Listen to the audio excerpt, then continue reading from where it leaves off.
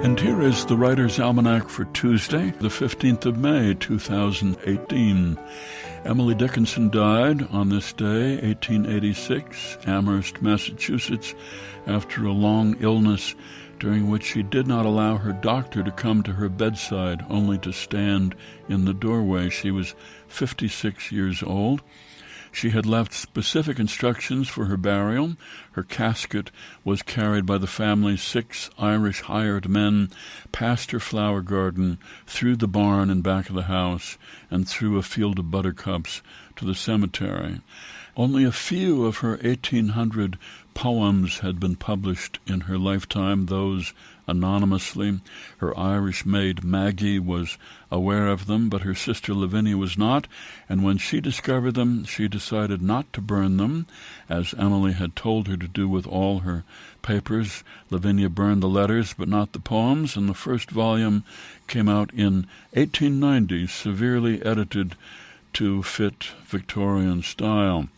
It was on this date in 1869, Elizabeth Cady Stanton, Susan B. Anthony formed the National Woman's Suffrage Association to agitate for the right to vote. They worked together for 50 years. Anthony never married. She was free to travel, devote her life to the movement. Stanton stayed home, raised her kids, did the research, and wrote the speeches that Anthony gave.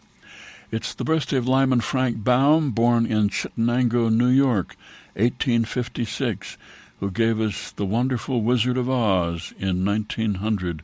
A big success, so he went on to write 13 more novels about the land of Oz.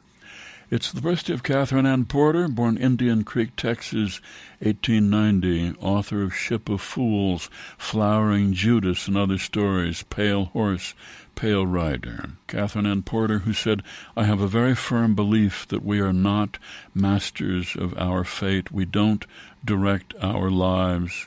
There are so many things we are capable of that we could be or do, except that there may be one powerful, motivating force that simply carries you along," and I think that was true of me.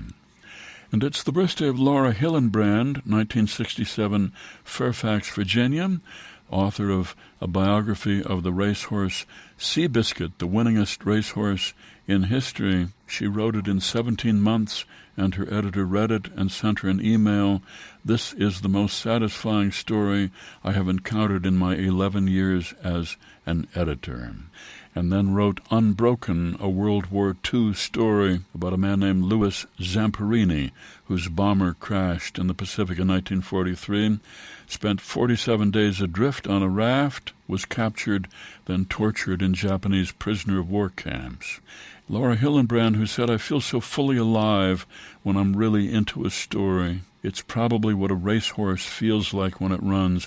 This is what it's meant to do, what its body is meant to do. This is what my mind is meant to do." Here's a poem for today, a poem by Emily Dickinson. I heard a fly buzz when I died. I heard a fly buzz when I died. The stillness in the room was like the stillness in the air between the heaves of storm. The eyes around had wrung them dry, and breaths were gathering firm for that last onset when the king be witnessed in the room. I willed my keepsakes, signed away what portions of me be assignable, and then it was there interposed a fly, with blue, uncertain, stumbling buzz between the light and me, and then the windows failed, and then I could not see to see. I Heard a Fly Buzz When I Died by Emily Dickinson. That's the Writer's Almanac, supported by the Poetry Foundation. You can subscribe to the Poetry Magazine podcast and the Poetry Off the Shelf podcast in the iTunes Store, or listen at poetryfoundation.org. Produced by Joy Biles, engineered by Noah Smith. Be well, do good work, and keep in touch.